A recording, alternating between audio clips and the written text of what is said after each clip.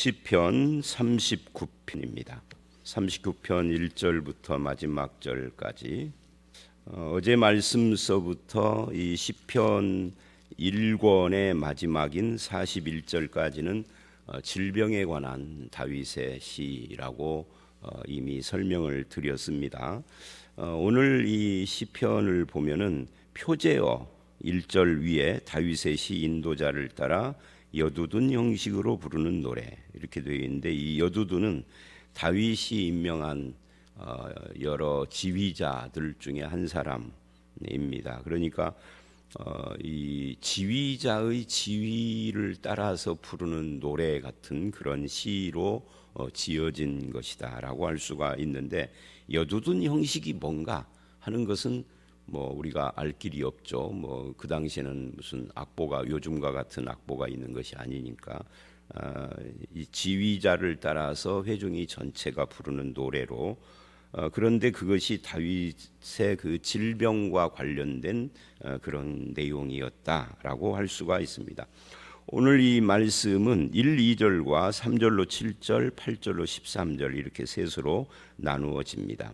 아니면 1절로 7절, 8절로 13절 이렇게 크게 둘로 나눌 수도 있고요. 1, 2절은 잠잠하고 침묵하는 다윗에 대한 이야기입니다.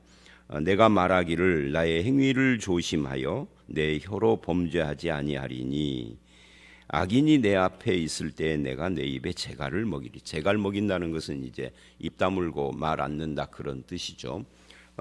그러니까 악인이 내 앞에 있을 때 내가 말하지 않는, 그냥 침묵하는 그런 결심을 지금 다윗이 한다 하는 이야기입니다. 그래서 2절 내가 잠잠하여 선한 말도 하지 않고, 악한 말뿐만 아니라 선한 말, 어떤 말도 악인 앞에서는 안 하기로 그렇게 결심을 했는데, 그러니까 너무 근심이, 사람이 뭐 할 말이 있어도 말을 안 하면은 그게 뭐 굉장히 이제 다윗의 표현대로 근심이 되는 거죠. 임금님 귀, 당나귀 귀도 그런 거고 비슷한 내용이지 않습니까? 근데 여기 내 행위를 조심한다라고 하는 이 1절, 그리고 내 혀로 범죄하지 아니하리니라고 하는 이 나의 행위는 결국 다윗의 말로 하는 어떤 행위를 이야기를 하는 겁니다. 악인 앞에서 너는 그렇게 하면 안 된다라는 말도 하지 않는, 또는 악인이 어제 말씀에 보면은 이렇게 음모를 꾸미고 중상모략을 하는데 그런 것에 대해서 잘못됐다라고 나는 그것이 아니다라고 변명하는 선한 말도 하지 않는다. 이게 굉장히 지금 큰 결심을 한 거예요. 이것을 우리가 이렇게 생각을 해볼 수 있어요. 자기 속에 있는 생각을 쉽게 내뱉는 사람은 속병이 안 듭니다. 그러니까 말을 함부로 막 쏟아내는 사람은 그렇게 말하고 돌아서서 별 생각이 없어요. 그리고 뭐라고 그러냐면 나는 뭐 기억하지 못해라고 한다든지, 나는 대범한 사람이야 그래서 그런 것에 신경 안 써 한다든지, 자기는 굉장히 편하고 말을 쏟아놓으니까 속도 시원하고 그러는데, 듣는 사람은 그것에 상처를 받아요. 그래서 이렇게 말을, 나는 대범해서 말을 다 한다라는 식으로 말하는 것은 과연 하나님의 백성들의 바른 태도인가에 대해서 우리가 좀 심각하게 생각을 해봐야 합니다. 그렇다고 해서 침묵만이 능사는 물론 아닌데, 다윗이 이 경우에는 침묵했다는 거예요. 근데 그래서 이제 이런 교훈을 받는 거죠. 말할 때와 침묵할 때를 잘 분별해야 할 필요가 있다. 침묵해야 할 때 말을 쏟아놓고 또 말해야 할 때 아무 말도 못하는 그런 것이 아니라, 정말 이렇게 말하는 것이 하나님의 뜻인가, 사람에게 상처가 되지는 않을까, 그 사람을 죽이는 것은 아닐까, 살리는 말일까, 이런 것도 생각을 해야 되고, 또 그리스도인으로서 이것이 적당한 언어인가, 그런 표현을 해도 되는가? 이런 것을 순간이라도 고민을 좀 해야 하는데 잘 안 하는 경우들이 있습니다. 그래서 종종 성도들의 말 때문에 상처받아서 교회를 떠나는 사람들이 있어요. 참 이제 안타까운 일이죠. 뭐 우리 교회를 다녀야만 구원받는 건 아니니까 그런 경우에는 못 붙잡지만 붙잡아도 있는 건 아니는데 그게 종종 발생한다는 거죠. 말 언어에 대한 조심성이 우리에게 너무 없어요. 말을 너무 많이 하거나 너무 쓸데없는 이야기를 하고, 근데 그것이 상대방이나 어느 누구에게 엄청난 타격이 있다라는 걸 생각을 못해 본인은 자기가 상처 주었는지도 몰라요. 영원히 몰라요, 영원히. 이건 그런 사람은 직분과 상관없이 성숙한 신자가 아니에요. 성도들이 성숙치 못한 자를 직분으로 뽑거나 세워준 거죠. 또 목사가 몰라서 그런 사람을 어떤 뭐라 할까요? 일이나 사역에 이렇게 임명을 해준 거죠. 목사가 어떻게 다 알겠어요. 근데 지내놓고 보니까 그 말을 참 우리 고향 사투리 말로 구성없게 하는 사람이었더라는 거죠. 그래서 많은 사람들이 영향을 받는, 교회에도 많은 피해를 주고, 이제 교회에 피해를 주어서가 아니라 하나님 앞에서 그게 옳은 태도가 아니다. 다윗은 지금 1, 2절에서 선한 말도 하지 않기로, 이렇게 그것이 덕이 안 돼서 그랬을 거예요. 다툼이 되고, 그 다음에 3절로 7절 사람들에게 침묵을 하는 대신 다윗은 이 3절로 7절에서 하나님에게 말을 합니다. 즉 하나님에게 쏟아낸다 하는 이야기예요. 내 마음이 내 속에서 뜨거워서 이 말은 지금 내 속에 있는 말을 저 악인 앞에서 해야 하는데 안 하니까 이게 말을 하고 싶은 것을 뜨거워서라고 하는 거죠. 그래서 작은 소리로 읊조릴 때 불이 붙으니 나의 혀로 말하기를. 그러니까 사람에게 대놓고는 말 못하고 혼자 중얼거리는 거죠. 작은 소리로 읊조리는데 이건 견딜 수가 없어서 이거 말 안 하면 속병 날 것 같은 그런 뭐라 할까요? 뒤집어질 것 같고 미칠 것 같은 그런 억울한 마음 이런 것들이 있었던 거죠. 그래서 그것을 누구한테 쏟아놓느냐면 4절 여호와께, 하나님께. 그래서 여호와여 하고 하나님께 그거를 이제 말을 하는 겁니다. 나의 종말과 연한이 언제까지인지 알게 하사 나의 연약함을 알게 하소서. 그러니까 지금 이 4절로 6절은 인생에 대한 이야기를 합니다. 아마 그 대적들이 다윗이 질병 가운데 있는 걸 놓고 다윗이 곧 죽을 것이다 라든지, 이제 다윗이 왕이었을 때 이런 경험을 했다면 이런 것이 되는 거죠. 저 다윗이라는 왕이 질병에 걸렸으니 이제 다윗은 별 볼 일 없는 거고 이제 누구 뒤에 줄을 서야 하는가 하면서 아마 요동쳤을지도 몰라요. 이건 제 짐작인데 이것이 압살롬 시대 때 만약의 일이라고 하면은 그럴 수도 있죠. 압살롬 때가 아니더라도 우리가 사극 같은 데 보면은 왕이 후사가 없을 때 또는 왕비에게 후사가 없는데 후궁에서 아들이 태어났을 때 사람들이 확 바뀌잖아요. 그래서 정치판이 요동을 하고 조선 말에는 안동 김씨가 세력을 얻은 것도 그 후사하고 관계되는 것들이라고요. 그래서 외척이라고 그러잖아요. 외척들을, 우리나라도 그렇고 중국 역사를 보면 외척들을 싹 다 멸해버리는 그런 일들. 그러니까 공연히 딸 하나 시집 보냈다가 가문이 망해버리는 경우가 굉장히 많죠.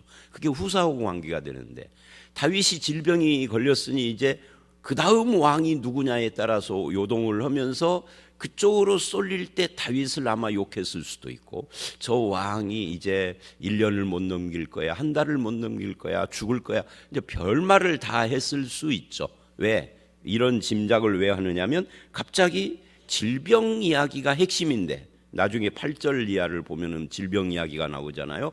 그런데 인생 이야기를 하고 연수 이야기, 이 생명 수명 이야기를 하는 거 보니까 그랬을 가능성이 많습니다.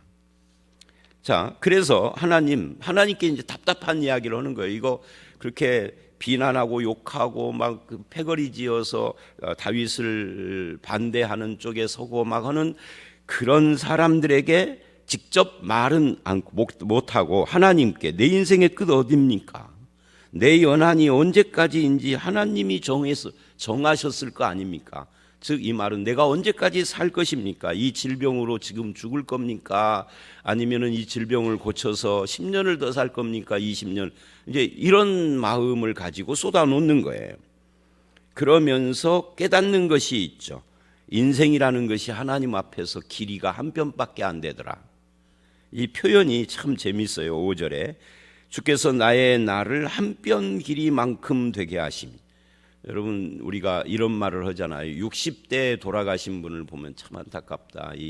이렇게 100세 시대에 60 몇 살에 돌아가셨으니 참 안타깝다. 이렇게 이야기를 하고 90대가 넘어서 뭐 90 한 5, 6, 7, 8쯤 돌아가시면 이 집은 호상이네요. 그런 집을 가보면 우는 분이 별로 없어요. 상주들도 화나고.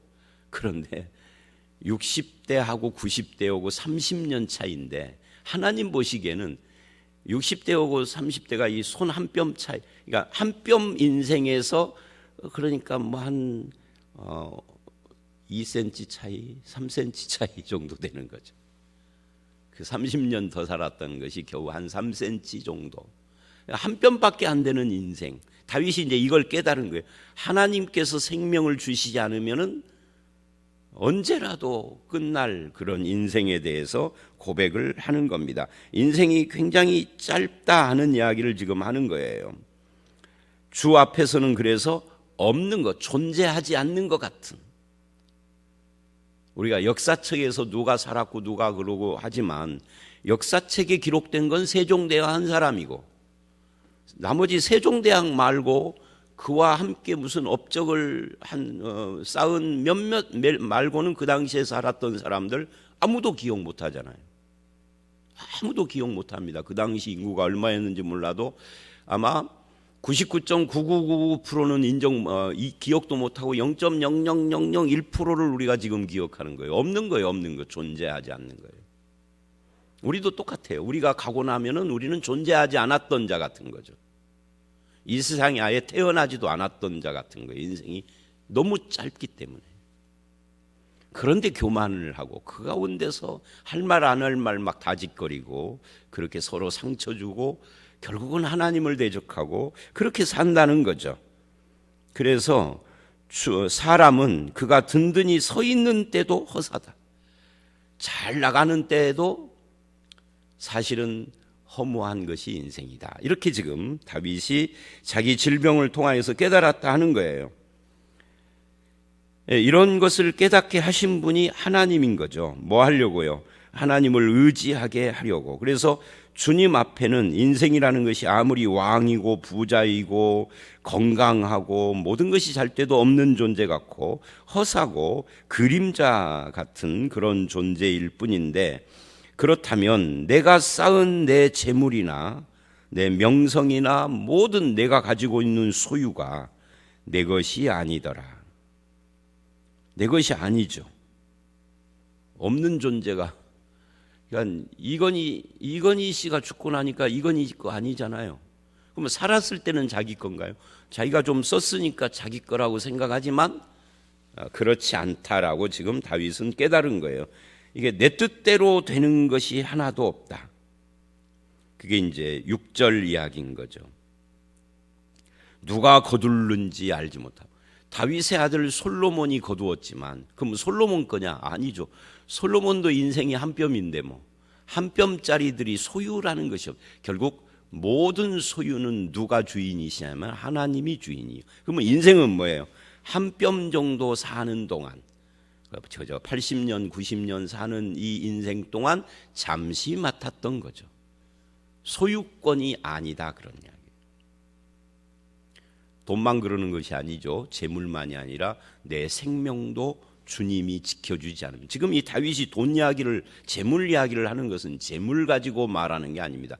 생명의 문제입니다. 그런 의미에서 인생 이야기를 지금 하고 있다. 그래서 내가 무엇을 바라리요? 이제 이 문단의 결론입니다. 내가 뭘 바라리요?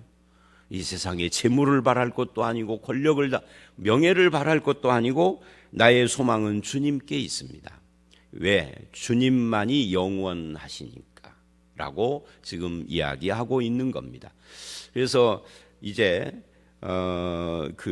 자기가 악한 자 앞에서 선한 말도 하지 않고 잠잠했던 이유가 살짝 드러났어요.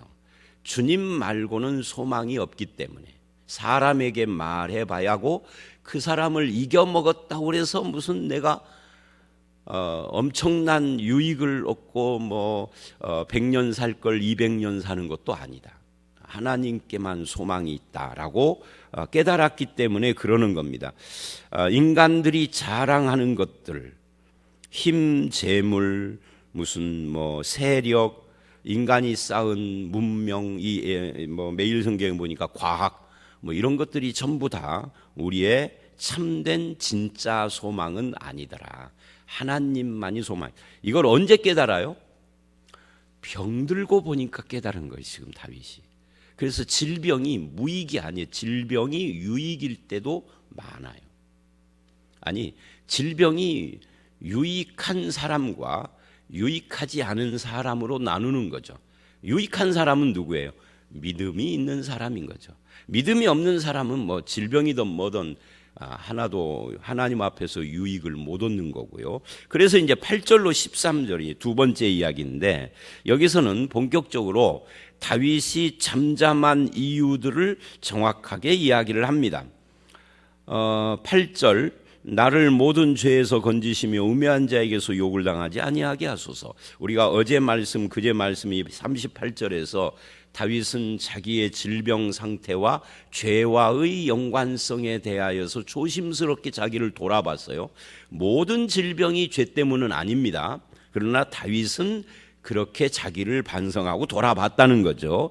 그래서 이제 이 죄에서 건져 주십시오. 그리고 죄에서만이 아니라 나를 욕하는 그 대적들로부터도 건져 주셔서 욕을 안 당하게 해 주십시오 한 다음에 뭐라고 이야기를 하느냐면 9절, 내가 잠잠하고 입을 열지 않은 이유가 주께서 이를 행하신 까닭이다. 그러니까 하나님께서 역사하셔야 무슨 질병이 오던 질병이 고쳐지던 왕이 되던 안 되던 이 인생의 모든 것이 하나님이 허락하셔야 되는 일인데, 사람하고 언쟁을 하고 싸워서 이긴다고 내가 무슨 유익이 있겠는가? 저들이 아무리 욕을 하고 내가 죽기를 간절히 바라서 고사를 지내도 하나님이 허용치 않으면 안 죽는 것이고, 내가 아무리 온 세상 영약을 다 갖다 먹고 건강을 위해서 한다 할지라도 하나님이 치시면 그냥 가는 것이고, 그러니까 주님에게 소망이 있는데 7절, 이 모든 것의 원인도 주님이 행하신 것인데 그러니 사람에게는 내가 잠잠하고 하나님께는 쏟아놓는다. 그래서 자기의 생각과 말과 속에 있는 깊은 이야기들을 하나님께 하는 사람, 이걸 우리가 하나님과 교제하는 사람 또는 기도하는 사람이라고 할 수 있는 거죠. 기도라는 것이 결국은 그런 거잖아요. 자기 인생을 가지고 하나님과 교제하며 자기 속마음을 말하는 것이잖아요. 그러면서 탄원을 하죠. 10절, 주의 징벌을 나에게서 옮기시고 주의 손이 치심으로 내가 옮기소서 쇠망하여. 그러니까 하나님이 하신 까닭이니까 하나님께 징벌을 옮겨주십시오. 이게 치료해 달라 하는 말을 이렇게 하는 겁니다. 또 11절, 하나님의 책망과 징계 앞에 인간의 영화, 왕이라고 하는 이 영화는 헛된 것이다 라고 이야기를 합니다. 좀먹음같이 소멸하게 하시니 참으로 인생은 모두 헛된 것이다. 그러니까 인생이 헛된데 거기서 영화라는 것도 별것 아니다 하는 것을 말하고 있는 거예요. 이게 되돌아보면 우리나라도 이제 왕권은 아니지만 대통령제니까 대통령들이 5년에 한 번씩 바뀌잖아요. 그분들 지금 다 어디 있죠? 살아있는 사람 셋은 둘은 하나는 감옥에 있고 하나는 감옥에 갈 위기에 있고 하나는 욕먹고 있고 누군지는 여러분 다 아시니까 나머지는 다 죽었잖아요. 우리하고 동시대 사람인데 다 죽었어. 그러니까 인생은 진실로 헛될 뿐이다. 그 영화도 허무할 뿐이다.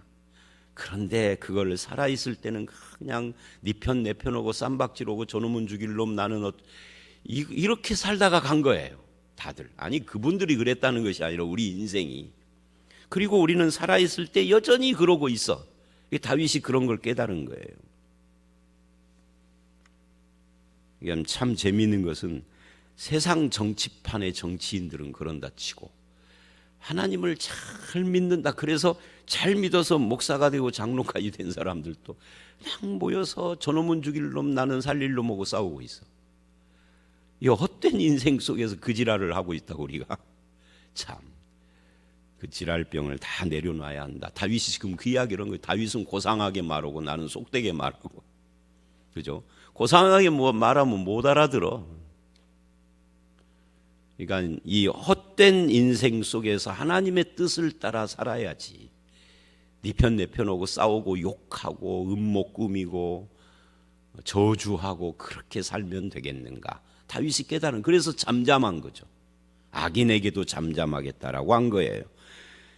12절 이 기도를 들어달라는 탄원을 합니다. 나는 누군가? 나는 나그네인데 주님과 함께하는 나그네다. 그러니까 인생은 예수 믿는 사람이든 아니든 다 나그네인데 안 믿는 사람은 그냥 나그네고 믿는 사람은 주님과 함께하는 나그네고 이 차이가 있는 거죠. 나그네 길은 어차피 혼자 가는데 우리는 동행자가 있다. 눈에 안 보이시지만 그래서 보혜사 성령님이 다른 보혜사로 나와 함께하죠. 13절 그래서 주는 나를 용서하사 내가 떠나 없어지기 전에 이 떠나 없어진다는 죽는다는 이 상태로 내가 이 질병을 가지고 죽기 전에 건강을 회복시켜 주십시오 하고 탄원을 한 겁니다. 근데 이 참 재밌는 것이요. 오늘 말씀 쭉 전체 중에 건강을 회복시켜 주십시오가 딱 한마디밖에 안 나와. 그죠? 그리고 다른 이야기를 쭉 하다가 결론적으로 그러니까 건강을 회복시켜 주십시오. 주님이 회복시켜 주시면 저들이 뭐라고 해도 내가 살 것이고 주님이 그렇게 하지 않으면 내가 온갖 약을 다 갖다가 먹는다 해도 안 될 것이고 그러니 주님 내 생명이 주님께 있습니다. 아까 말했잖아요. 우리는 소유권자가 아니다. 재물도 생명도 소유권자는 하나님이다. 우리는 그냥 한 뼘 길이 정도 살다 가는데 하나님께서 허락하시면 건강하게 이 건강을 회복해서 살 것이고 하나님이 허락하면 왕도 되는 것이고 그죠?